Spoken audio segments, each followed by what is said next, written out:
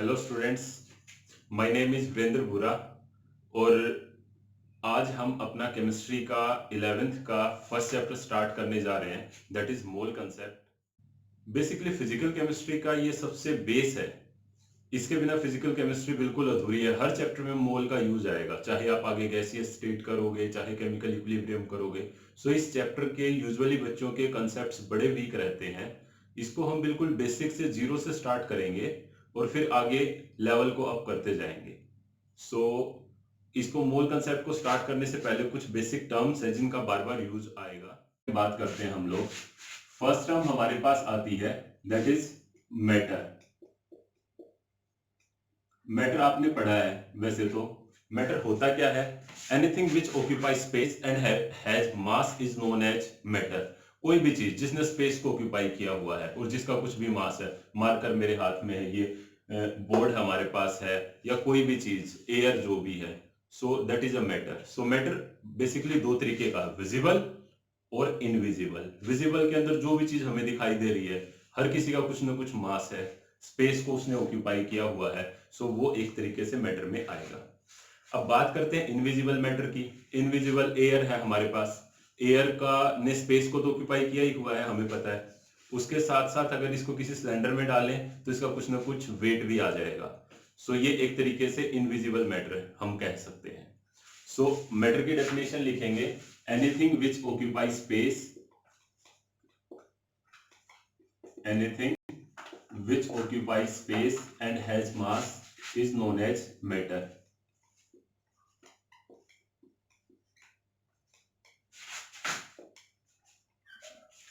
And has mass is known as matter.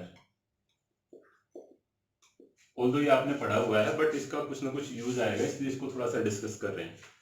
अब matter की classification देखते हैं हम लोग। क्लासिफिकेशन ऑफ मैटर,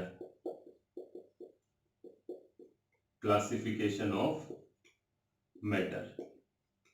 मैटर को यूजुअली, वैसे तो आपने सॉलिड, लिक्विड और गैस के बेसिस पे इसको क्लासिफाई किया हुआ है, लेकिन अब जो हम क्लासिफिकेशन करने जा रहे हैं वो इसका ये देखेंगे कि ये प्योर है या फिर इम्प्योर है। सो बेसिकली इसको दो कैटेगरी में डिवाइड करेंगे, या तो इसको प्योर सब्सटेंस कहेंगे हम, या अगर प्योर नहीं है तो इम्प्योर सब्सटेंस होगा, जिसको हम मिक्सचर भी कह सकते हैं। सो प्योर सब्सटेंस क्या है? मैटर की वो वैरायटी जो जिसके कॉन्स्टिट्यूएंट हमेशा फिक्स प्रोपोर्शन में कंबाइन करते हैं। लाइक हमने एक वाटर ले लिया।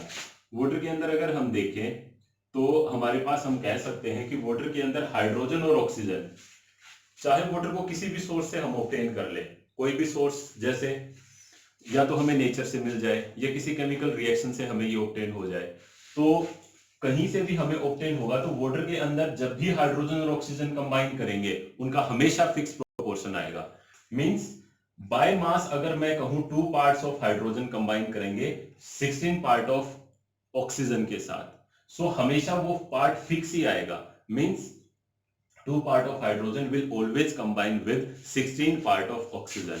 सो फिक्स प्रोपोर्शन में अगर कंबाइन करें तो उसको हम कहेंगे प्योर सब्सटेंस। और मिक्सचर क्या होगा?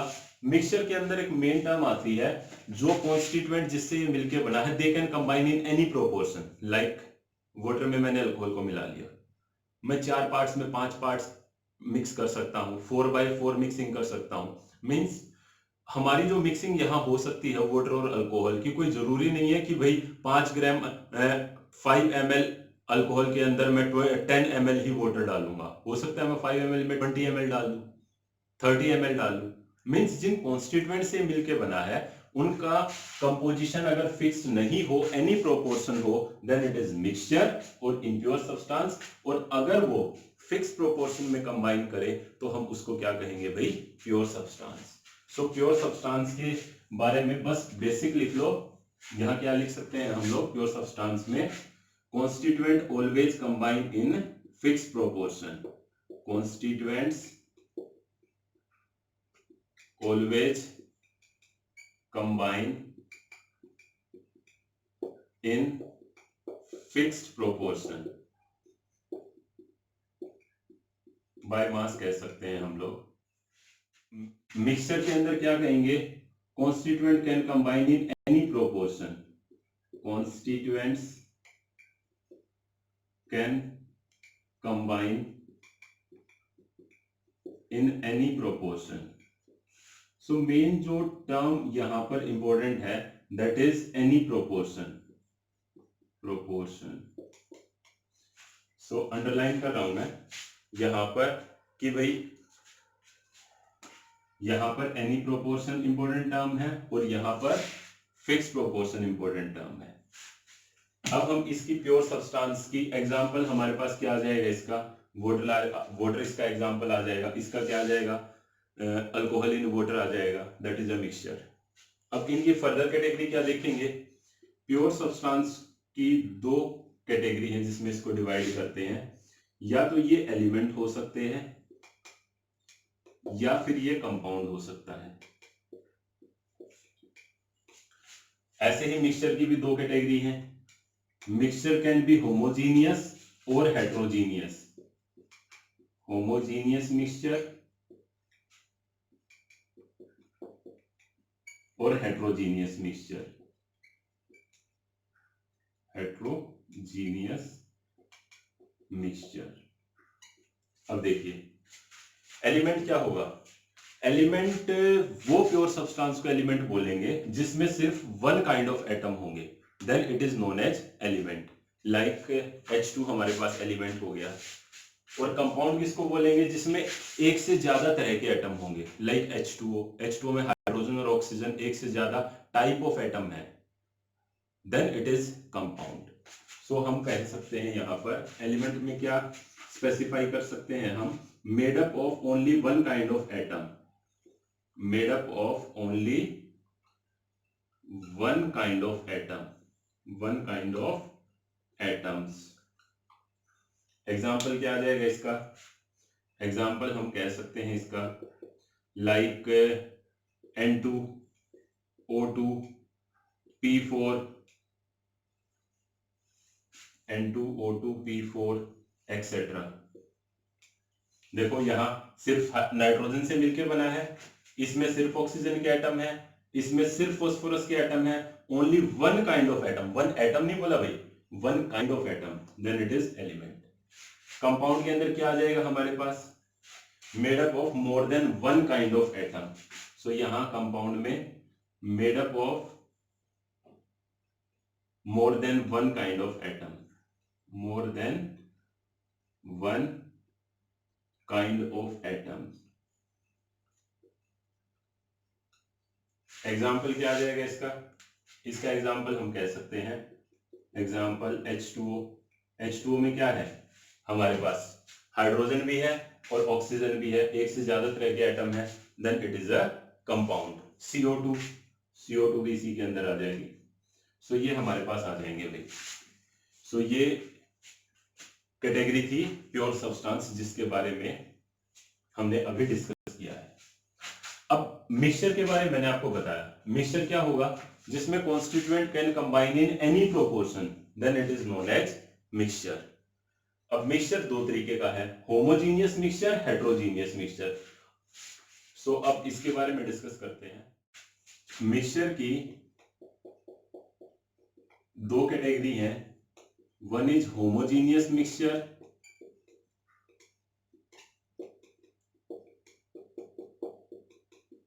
another is heterogeneous mixture।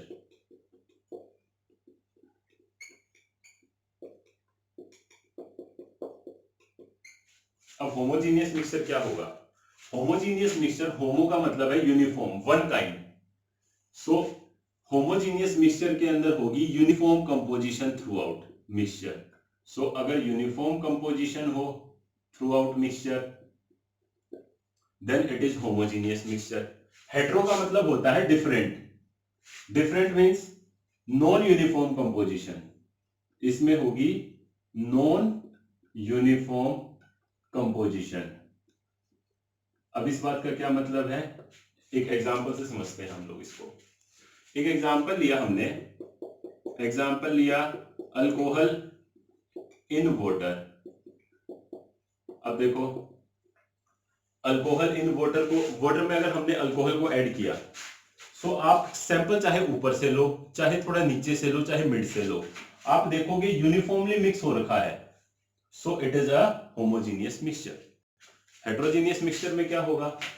Example जैसे हम कहें sand in water, sand in water को अगर हम देखेंगे तो वाटर में क्या होगा, नीचे से सैंपल लोगे तो आपको अलग प्रोपोर्शन मिलेगा सैंड और वाटर का, ऊपर से सैंपल लोगे आपको अलग प्रोपोर्शन मिलेगा, कहीं पर मिट्टी आपको ज्यादा मिलेगी सेम वाटर के कंटेंट में, कहीं पर मिट्टी थोड़ी कम मिलेगी। So sand in water will be a heterogeneous mixture.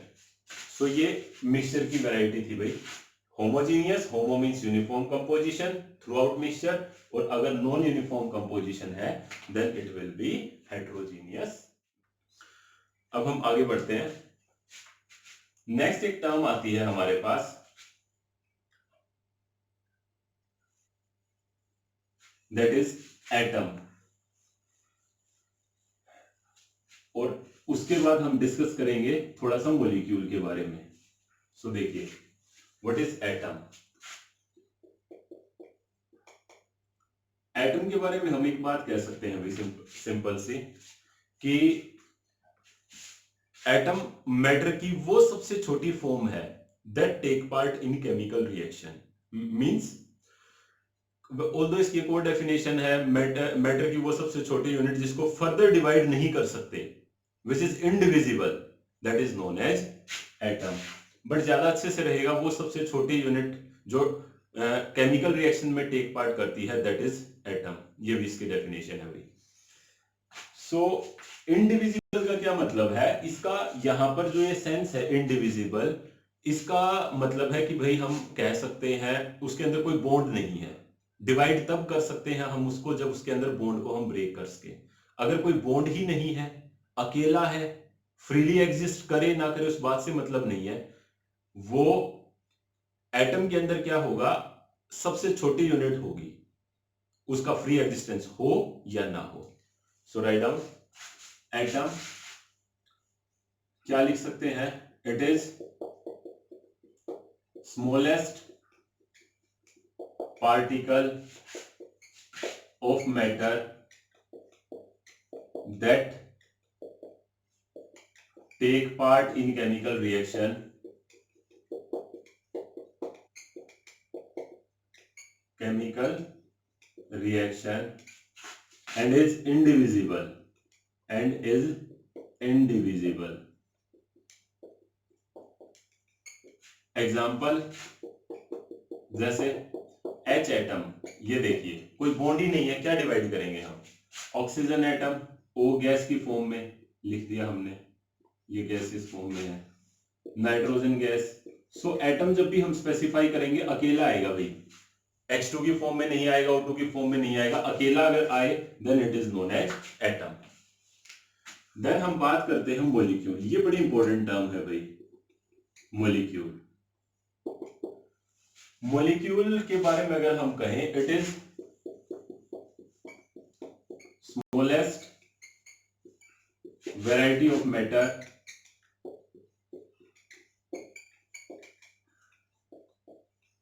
that has independent existence, that has independent existence। देखो इसके अंदर जो बड़ी इंपॉर्टेंट टर्म है वो ये इंडिपेंडेंट एग्जिस्टेंस है। देखो यूजुअली ये वो वैरायटी है, वो सबसे छोटी वैरायटी है मैटर की जिसका इंडिपेंडेंट एग्जिस्टेंस होगा, अकेली फ्रीली एग्जिस्ट करेगी। यहां पर हमने ये नहीं लिखा भाई फ्रीली एग्जिस्टेंस हो चाहे ना हो, एटम फ्रीली एग्जिस्ट कर भी सकता है, नहीं भी कर सकता, बट यहां पर मैंडेटरी है कि इंडिपेंडेंट एग्जिस्टेंस आना चाहिए। जैसे एग्जांपल मैंने कहा O2 मॉलिक्यूल, इसका मतलब ऑक्सीजन मॉलिक्यूल अगर मैं लिखूंगा तो वो O2 की फॉर्म में फ्रीली एग्जिस्ट करता है। मैं कहूं नाइट्रोजन मॉलिक्यूल, वो N2 की फॉर्म में फ्रीली एग्जिस्ट करता है। मैं कहूं वाटर मॉलिक्यूल तो वो H2O की फॉर्म में एग्जिस्ट करेगा। मैं कहूं हाइड्रोजन मॉलिक्यूल तो वो H2 की फॉर्म में एग्जिस्ट करेगा। ऐसे आएगा भाई। अब बच्चों को क्या वहम रहता है कि भाई कंबाइन कर रखा है तो मॉलिक्यूल है, उनसे कभी भी पूछो कि भाई कंबाइन किया हुआ तो मॉलिक्यूल है, ये एक मैंडेटरी नहीं है। जैसे हीलियम का मॉलिक्यूल हम कहें, अब आप हैरान हो जाओगे सर ये हीलियम का मॉलिक्यूल कैसे हो गया। हीलियम का ये एटम भी है भाई। एटम किस लिए है ये, हीलियम को अगर हम यहां लिखें सो इसको हम एटम भी बोल सकते हैं और मॉलिक्यूल भी बोल सकते हैं। इसका रीजन सुनिए। एटम इसलिए बोल सकते हैं क्योंकि ये सबसे छोटी वैरायटी है, इसको फर्दर ये इंडिविजिबल है और कंबाइंड फॉर्म में भी नहीं है, सो ये एटम है। मॉलिक्यूल इसलिए बोल सकते हैं इसको क्योंकि इसका फ्री एग्जिस्टेंस है। So helium noble gases combined form में एग्जिस्ट ही नहीं करती, तो जरूरी थोड़ी ना यहाँ He2 लिखेंगे। सर हीलियम में तो हमें इसको मॉलिक्यूल बोलना चाहिए, बिल्कुल बोलना चाहिए। आप लोगों ने सुना होगा noble gas molecule has such kind of configuration, noble gas molecule has that much of electron in their valence shell. हर जगह हम noble gas molecules molecules molecules क्यों बोलते हैं, अदरवाइज वो तो कंबाइंड फॉर्म में एग्जिस्ट ही नहीं करता, फिर तो हमें एटम एटम बोलना चाहिए। बट कभी नहीं बोलते हम, यूजुअली हम लोग मॉलिक्यूल्स बोलते हैं बिकॉज मॉलिक्यूल की डेफिनेशन में इंडिपेंडेंट एग्जिस्टेंस है, उसने कहीं नहीं लिखा हुआ कि वो कंबाइंड फॉर्म में हो। बट 90% या 95% केसेस में हमारे पास क्या एग्जांपल होते हैं, मॉलिक्यूल की जो फ्रीली एग्जिस्टेंस वाली फॉर्म है ना, जिसको मॉलिक्यूल हम बोलते हैं, वो कंबाइंड फॉर्म के अंदर ही मिलता है, like oxygen, nitrogen, hydrogen. But noble gas के मॉलिक्यूल्स की बात करें, अनकंबाइंड फॉर्म में है, बट इसको मॉलिक्यूल कहेंगे हम because it has free existence. So इसको छोड़ दो, अदरवाइज आप कंबाइंड फॉर्म में लिख सकते हो इसको। क्लियर है भाई। सो एक बड़ी इंपॉर्टेंट टर्म है, सो मॉलिक्यूल में आप लोग इंडिपेंडेंट एग्जिस्टेंस को अंडरलाइन करेंगे, और यहां पर सबसे स्मॉलेस्ट पार्टिकल है मैटर का जो कि इंडिविजिबल है। सो एटम को कैसे देखेंगे, वो अकेला मिलेगा आपको, और मॉलिक्यूल को आप कैसे देखेंगे, यूजुअली कंबाइंड फॉर्म में मिलेगा या इंडिपेंडेंट एग्जिस्टेंस होगा। बोलो क्लियर है भाई। सो ये एटम और मॉलिक्यूल के बारे में। अब एक टर्म और आती है यहां पर, एटॉमिसिटी, मॉलिक्यूल्स के लिए आती है एटॉमिसिटी। एटॉमिसिटी का क्या मतलब है, एक मॉलिक्यूल में कितने एटम प्रेजेंट हैं, that is the atomicity. So total number of molecule, total number of atoms, total number of atoms present in a molecule, present in a molecule. तो किसी भी एक मॉलिक्यूल में कितने एटम्स प्रेजेंट हैं वो उसकी एटॉमिसिटी है। जैसे एक एग्जांपल देखते हैं इसका,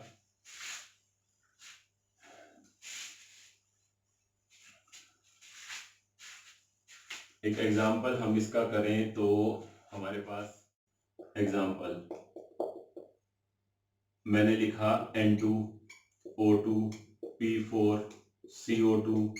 तो यहाँ एटॉमिसिटी बताओ क्या जाएगी, एटॉमिसिटी क्या कह सकते हैं, इसमें 2 एटम्स हैं, सो 2, ऑक्सीजन में भी 2 एटम्स हैं, फॉस्फोरस में 4 एटम है, CO2 में 2 + 1 3 एटम्स हैं। सो ये हमारे पास यहाँ इनकी एटॉमिसिटी होगी भाई। So total number of atoms present in a molecule is known as its atomicity.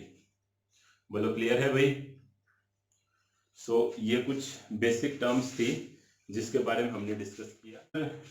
Atom की बात करें तो एटम में क्या होगा, ये हमारे पास एटम है, एटम के अंदर ये सेंटर पार्ट है, सेंट्रल पार्ट इसको बोलते हैं न्यूक्लियस।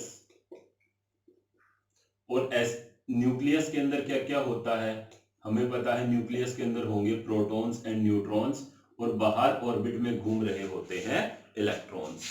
सो न्यूक्लियस के अंदर प्रोटॉन होगा और न्यूट्रॉन होगा। ऐसी स्पीसीज जो न्यूक्लियस के अंदर प्रेजेंट होती है उनको हम बोलते हैं nucleons. So proton is a nucleon and neutron is also a nucleon. So ये बेसिक चीज है अपने पास कि भाई न्यूक्लियस के अंदर जो स्पीसीज प्रेजेंट होगी उसको हम क्या बोलेंगे, that is known as nucleons. So proton and neutron nucleon है, और बाहर ऑर्बिट के अंदर घूम रहे होते हैं इलेक्ट्रॉन, ऑर्बिट कह लो या शेल कह लो, इसके अंदर घूम रहे होते हैं इलेक्ट्रॉन। अब किसी भी एलिमेंट के लिए, माना एक एलिमेंट लिया हमने, उस एलिमेंट को x दिया हमने सिंबल, अब उसका सिंबल उसको डिनोट कैसे करते हैं, नीचे यहां Z लिख देंगे, ऊपर हम A लिख देंगे, या फिर कई बार ऐसे भी आपको लिखा दिखाई दे सकता है, नीचे Z ऊपर A। अब ये Z और A क्या है, सबसे पहले हम बात करें, Z हमारे पास यहां है एटॉमिक नंबर, A है एक, बहुत सारे बच्चे बोलते हैं इट इज एटॉमिक मास, ये एटॉमिक मास नहीं है भाई, इट इज मास नंबर। हाँ, इससे एटॉमिक मास निकाल सकते हैं, but atomic mass correct term नहीं है, it is mass number. X कोई भी एलिमेंट है, अपनी तरफ से हमने अज्यूम किया है। अब एटॉमिक नंबर होता क्या है, atomic number it is equal to total number of protons. Atomic number किसी भी एलिमेंट का उसके प्रोटॉन्स के इक्वल होगा, number of protons. Number of protons को हम यहां P से रिप्रेजेंट कर देंगे, सो हम क्या कह सकते हैं, Z is equal to P। ये हमारे पास आ गया कि एटॉमिक नंबर जो होगा that is equal to total number of protons उस एलिमेंट के अंदर। अब मास नंबर किसके इक्वल है, मास नंबर जिसको हम A से रिप्रेजेंट करते हैं, it is equal to total number of nucleons.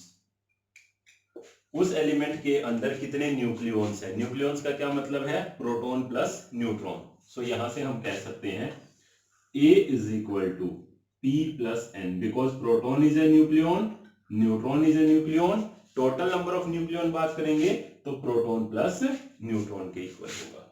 तो ये हमारे पास एटॉमिक नंबर हो गया, ये हमारे पास मास नंबर हो गया। अब आगे बात करते हैं, अब न्यूट्रॉन हम कैसे निकालेंगे, न्यूट्रॉन हमारे पास सिंपल सा तरीका है, A में से P को माइनस कर दो तो न्यूट्रॉन आ गए, मींस इसमें से इसको माइनस कर दो, इसमें से इसको माइनस कर दो, देन ये नंबर ऑफ न्यूट्रॉन्स आ जाएंगे हमारे पास। देन इलेक्ट्रॉन्स, सो प्रोटॉन हमारे पास एटॉमिक नंबर के इक्वल है और न्यूक्लियॉन्स के इक्वल मास नंबर है। अब हम कहेंगे इलेक्ट्रॉन्स इन एटम, एटम के अंदर P is equal to N, sorry P is equal to E। वापस से बोल रहा हूं, इन एटम, एटम के अंदर क्या होगा, P is equal to E, मतलब जितने प्रोटॉन होंगे इतने इलेक्ट्रॉन होंगे। रीजन क्या है, because atom is neutral, because atom is neutral. और न्यूट्रल कैसे होगा, न्यूट्रल तभी होगा जब प्रोटॉन और इलेक्ट्रॉन का नंबर बराबर होगा, क्योंकि प्रोटॉन पे पॉजिटिव चार्ज है और इलेक्ट्रॉन पे नेगेटिव चार्ज है। बराबर नंबर होगा तभी वो चार्ज एक दूसरे को न्यूट्रलाइज करेगा।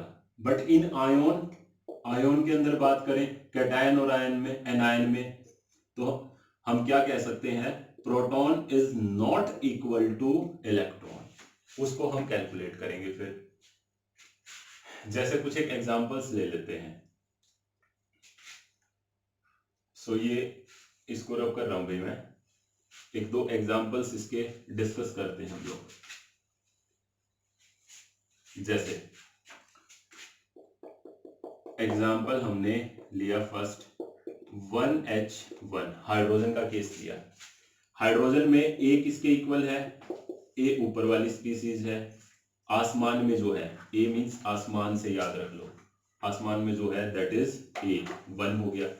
Z कितना होगा, यहाँ 1 हो गया एटॉमिक नंबर, जो एटॉमिक नंबर होगा वही प्रोटॉन्स होंगे, मींस 1 है। अब न्यूट्रॉन किसके इक्वल है, न्यूट्रॉन मैंने क्या बताया, इसमें से आप इसको माइनस कर दो तो अपने पास न्यूट्रॉन आ जाएगा। सो 1 - 1 इज इक्वल टू 0, 0 न्यूट्रॉन है। और इलेक्ट्रॉन किसके इक्वल होंगे, बिकॉज इट इज न्यूट्रल, कोई भी इस पे चार्ज नहीं है, सो जितने प्रोटॉन होंगे उतने ही इलेक्ट्रॉन होंगे। सो इलेक्ट्रॉन का नंबर यहाँ क्या आ जाएगा, 1। अकेला ऐसा एलिमेंट है जिसमें हाइड्रोजन का ये जो आइसोटोप है, अकेला ऐसा एलिमेंट है जिसके अंदर कोई भी न्यूट्रॉन नहीं होते, अदरवाइज हर एक एटम के अंदर आपको न्यूट्रॉन मिलेंगे ही मिलेंगे। नेक्स्ट एक एग्जांपल करते हैं, माना हमने एग्जांपल लिया Na1123 और यहां +1 चार्ज डाल दिया। अब क्या होगा, A किसके इक्वल हो गया हमारे पास 23, Z किसके इक्वल है, नीचे वाली स्पीसीज, नीचे जो लिखा है दैट इज 11। सो प्रोटॉन भी कितने होंगे, जो एटॉमिक नंबर है वही प्रोटॉन है, मींस 11। अब देखो इलेक्ट्रॉन्स वेरी हो जाएंगे, यहाँ इलेक्ट्रॉन्स देखिए कैसे, इस पे चार्ज है, वैसे इलेक्ट्रॉन होने थे जितने प्रोटॉन है उतने इलेक्ट्रॉन होने चाहिए थे, 11 होने चाहिए थे, बट पॉजिटिव चार्ज है, इसका मतलब एक इलेक्ट्रॉन इसने लूज कर दिया है। सो जितना पॉजिटिव चार्ज हो उतना माइनस कर देंगे हम, -1 दैट इज 10, ये इलेक्ट्रॉन हो गए। न्यूट्रॉन कैसे निकलेंगे, न्यूट्रॉन का तो सिंपल सा तरीका है, इसमें से ये माइनस कर दो। सो हम कह सकते हैं 23 - 11 दैट इज 12, ये हो जाएगा भाई। लास्ट एक और एग्जांपल कर लेते हैं, क्लोरीन, -1 ले लेंगे चार्ज, -1 17 35। सो क्या कहेंगे, ए होगा यहाँ 35, जेड एटॉमिक नंबर होगा यहाँ 17 जो ये है। सो प्रोटॉन भी कितने होंगे यहाँ पर 17 ही, बिकॉज जितना एटॉमिक नंबर होगा उतने ही प्रोटॉन्स होते हैं। नेक्स्ट क्या है हमारे पास, इलेक्ट्रॉन्स, क्योंकि चार्ज है तो 17 के इक्वल तो होगा नहीं प्रोटॉन के इक्वल, नेगेटिव चार्ज है इसका मतलब उतने इलेक्ट्रॉन एक्स्ट्रा आए हैं, 1 नेगेटिव है मींस एक इलेक्ट्रॉन एक्स्ट्रा आया है तो ऐड कर दो। सो नेगेटिव चार्ज है तो प्रोटॉन में उतना नंबर ऐड कर दो 18, तो न्यूट्रॉन कितने होंगे, इसमें से माइनस कर दो, 35 - 17 दैट इज 18। सो ये सारा हो जाएगा भाई कि कैसे हम इलेक्ट्रॉन्स का नंबर निकालते हैं, प्रोटॉन्स का नंबर अब हम निकालने जा रहे हैं भाई एटॉमिक मास।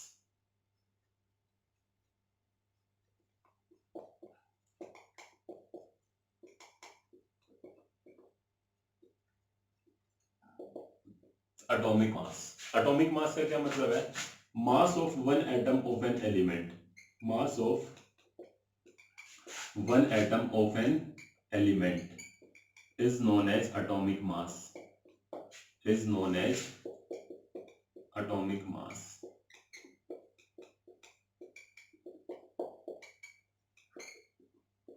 किसी भी एलिमेंट के एक एटम का जो मास होगा ना वो उसको हम एटॉमिक मास बोलेंगे। तो अब इसको निकालेंगे कैसे हम, जैसे सिंपल सा तरीका है, अगर नॉर्मल लेमन लैंग्वेज में देखें तो जैसे मुझे अपना मास निकालना है तो मैं कैसे निकाल सकता हूं, मेरे सब पार्ट्स के मास को ऐड कर दें, वो मेरा पूरा कंप्लीट मास आ जाएगा। या मार्कर का मास निकालना है मुझे, इसके हर एक पार्ट्स का मास ऐड कर दो, इसकी कैप का मास ऐड कर दो, इसके बाहर वाली बॉडी का मास ऐड कर दो, इसके अंदर जो भी इंक वगैरह डाली हुई है उस सब का मास ऐड कर दे, तो अपने पास इस पूरे मार्कर का मास आ जाएगा।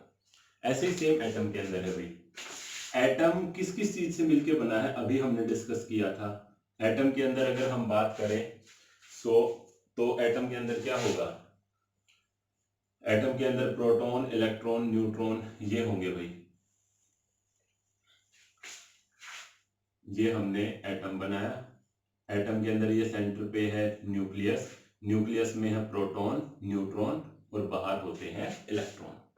सो एक एटम का मास कैसे निकालेंगे, मास ऑफ वन एटम कैसे निकालेंगे, इसके सब पार्ट्स के मास को ऐड कर दो, multiply by their number.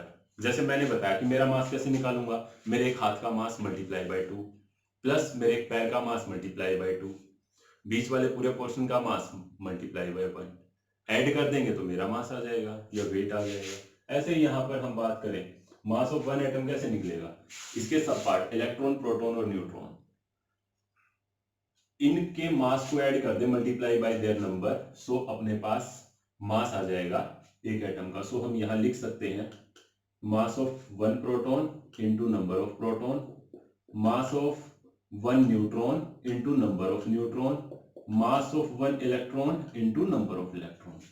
Simple तरीका, Mp mass of one proton, Mn mass of one neutron, Me mass of one electron, Np Nn Ne number of proton, neutron and electron respectively. अब एक बात सुनिए भाई, अगर हम कहें मास ऑफ वन प्रोटॉन, बताओ कितना होता है? It is equal to, nearly equal to 1.67 into 10 raise to power -27 kg। कितने किलोग्राम होगा? नियरली कहा है। मास ऑफ वन न्यूट्रॉन कितना होगा? ये भी नियरली बराबर ही है, 1.67 into 10 to power -27 kg। Exact बात करें तो ये 1.6725 होगा, ये 1.6749 होगा, ये इसका एग्जैक्ट मास है, बट नियरली देखें तो हम, ये है mass. Third, mass of one electron कितना होगा? 9.1 into 10 raise to power -31 kg। अब यहां से आप एक बात नोट कीजिए, प्रोटॉन का मास 10 रेज टू पावर -27 है, न्यूट्रॉन का मास -27 है, इलेक्ट्रॉन का मास -31 है। मतलब -27 के मुकाबले -31 छोटी टर्म है, तो हम ये कहेंगे इलेक्ट्रॉन का मास प्रोटॉन और न्यूट्रॉन के मास के मुकाबले कम नहीं, बहुत ही ज्यादा कम है। अराउंड 10 रेज टू पावर 3 का डिफरेंस या 4 का डिफरेंस है। सो ऐसे मोटा मोटा हम कह सकते हैं।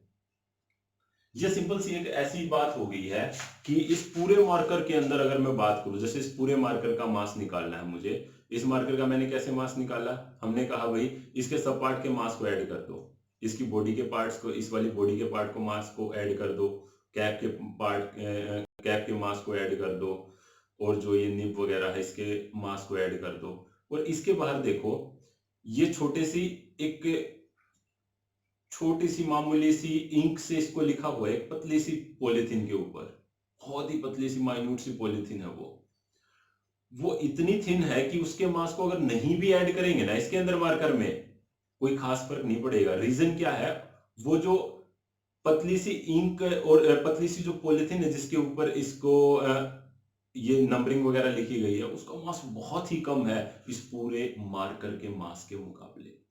ऐसे ही एटम के अंदर देखिए, एटम के अंदर प्रोटॉन न्यूट्रॉन का मास इलेक्ट्रॉन के मास के मुकाबले बहुत ज्यादा है। सो हम यहां से कह सकते हैं mass of proton nearly equal to mass of one neutron, it is much much greater than mass of one electron.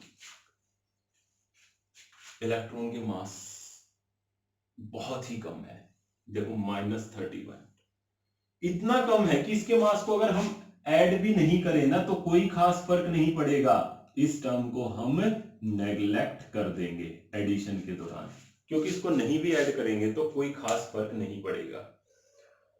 So like इसको कैसे कर देंगे हम? It will become mass of one proton into number of proton, mass of one neutron into number of neutron। इसको हमने neglect कर दिया भाई, ये मास ऑफ वन एटम आया। आगे मैंने एक बात और कही, mass of proton is equal to mass of neutron, तो mp की जगह मैं mn कर दूंगा, यहां पर मैंने mn कर दिया, मास ऑफ वन न्यूट्रॉन, और बाकी तो इसको एज इट इज रख दिया। अब इसका रीजन क्या है? मैंने अभी बताया, इसका रीजन है बिकॉज प्रोटॉन और न्यूट्रॉन का मास सेम रहता है, because mass of proton is equal to mass of one neutron, because mass of proton is equal nearly equal to mass of one neutron. So हमने क्या किया? mp की जगह mn कर दिया। अब देखिए क्या होगा, यहां पर mn हमारे पास कॉमन दिखाई दे रहा है, यहां पर mn अगर कॉमन है तो हम क्या कह सकते हैं? हम यहां पर कह सकते हैं कि भाई जो हमारे पास मास होगा that is equal to np plus nn, और mn को ले लिया कॉमन। देखिए बड़ी मजेदार बात आई है यहाँ। So mass of one atom किसके इक्वल आया? मास ऑफ वन एटम जो आया that is equal to total number of proton plus neutron. So मैं इसको कह सकता हूं टोटल नंबर ऑफ न्यूक्लियॉन्स। याद करो अभी मैंने जो पहला बेसिक चैप्टर कराया था, मैंने क्या कहा था? Proton is a nucleon, neutron is a nucleon, इसके नंबर को ऐड कर दे तो total number of nucleon. So np plus nn, total number of proton plus neutron, it means it is equal to total number of nucleons into mass of one nucleon into mn, mass of one nucleon. जैसे एक example देखते हैं। एक example माना हमने लिया, example mass of one atom of hydrogen. Hydrogen का कैसे लिखते हैं, 1H1 ऐसे लिखते हैं भाई।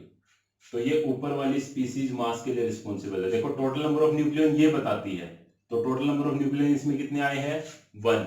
And mass of one neutron कितना बताया था, mass of one nucleon that is 1.67 into 10 raised to power -27 kg। Clear है। Mass of one atom of nitrogen ये लिखा हमने 714। तो टोटल नंबर ऑफ न्यूक्लियॉन्स कितने बन गए भाई इसके अंदर, टोटल नंबर ऑफ न्यूक्लियॉन्स ये बन गए हमारे पास 14, यहाँ बनते। सो total number of nucleon is 14 और इनटू हमारे पास ये आ ही रहा है into 1.67 into 10 raised to power -27 kg। बोलो क्लियर है भाई। यहां से हमने क्या देखा, हमने देखा माना मास of one atom of oxygen. Oxygen का एटॉमिक नंबर 8 होता है और मास नंबर 16 है। सो कितना होगा, one atom of oxygen that it will become 16 into mass of one nucleon that is 1.67 into 10 raised to power -27 kg। ऐसे ही mass of one atom of nitrogen, अब आप खुद ही बता दो भाई, n से निकालोगे या n2 से, n से, बिकॉज एटम बोला है, एटम बोला है तो n से। एक n का कैसे लिखेंगे 7, उसका जनरली डबल होता है भाई, जो एटॉमिक नंबर होगा ना उसका जनरली डबल होता है। तो ये नीचे 7 है तो ऊपर जनरली डबल मिलेगा अपने को, यहाँ 14 कह सकते हैं। तो ये कितना बन जाएगा हमारे पास 14 into 1.67 into 10 raised to power -27 kg। अब क्या हुआ, आप एक चीज देखो, हर एक एटॉमिक मास में ये वैल्यू कॉमन जा रही है। बोलने में कितना बेकार लग रहा है, कोई हमसे पूछे मास of one atom of hydrogen बताओ भाई, हम कहेंगे 1 into 1.67 into 10 to power -27 kg। Mass of one atom of oxygen 16 into 1.67 into 10 to power -27 kg।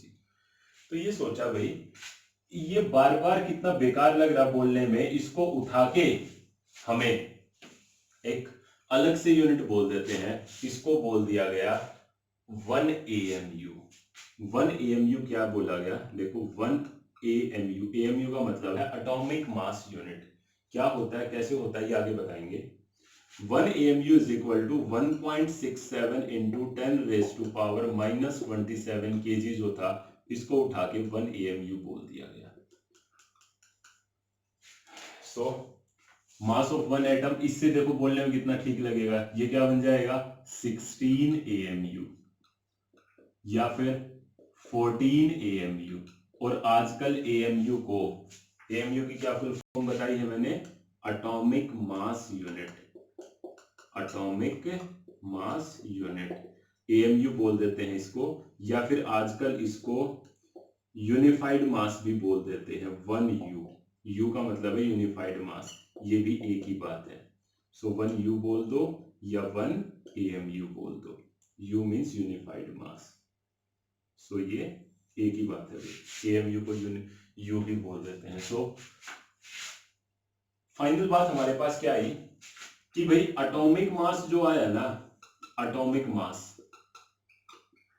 Mass that is equal to mass of one atom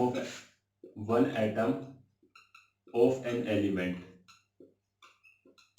ये होता है। और इसकी जो यूनिट आई, यूनिट बड़ी इंपॉर्टेंट है कि कोई हमसे पूछे इसकी यूनिट क्या होगी, तो हम कह सकते हैं इसकी यूनिट AMU होगी एटॉमिक मास की, बिकॉज AMU में हमने निकाला है। कोई कहे सर, जैसे कोई पूछे एग्जांपल हमसे कहे एटॉमिक मास ऑफ नाइट्रोजन, कोई कहे तो हम क्या कहेंगे, it will become 14 AMU। Sir AMU का नहीं पता हमें, ग्राम में बताओ, किलोग्राम में बताओ। सो AMU को चेंज कर दोगे, AMU की जगह क्या रख दोगे 1.67 into 10 raised to power -27 kg। कोई कहे कि नहीं है भाई हमें आइडिया इसका AMU का, तो वैल्यू पुट कर दो सर, 1.67 इंटू 10⁻⁻27 kg, और ग्राम में इंटू 1000 कर दोगे तो kg ग्राम में चेंज हो जाएगा और वैल्यू आ जाएगी. सो atomic mass is the mass of one atom of an element, और इसकी यूनिट क्या चली जाएगी हमारे पास, यूनिट विल बी AMU या फिर U. ये हमने एक एग्जांपल देख लिया है. नेक्स्ट अगर हम बात करें तो हमारे पास, तो ये आइडिया, ये पता लग गया होगा भाई AMU क्यों आया. देखो ये मास कितना कम है, बहुत ही कम है, 10⁻⁻27 kg, 0.00000027 टाइम्स जीरो आएंगी, देन 14 इंटू 1.67 आएगा. मतलब ये मास बहुत ही कम है भाई, एक एटम का मास कुछ भी नहीं है, ना के बराबर है. उसकी बस थोड़ी इंपॉर्टेंस बढ़ाने के लिए ये AMU हम लिख लेते हैं. नेक्स्ट सेकंड मास के बारे में अब हम बात करेंगे, that is RAM, relative atomic mass.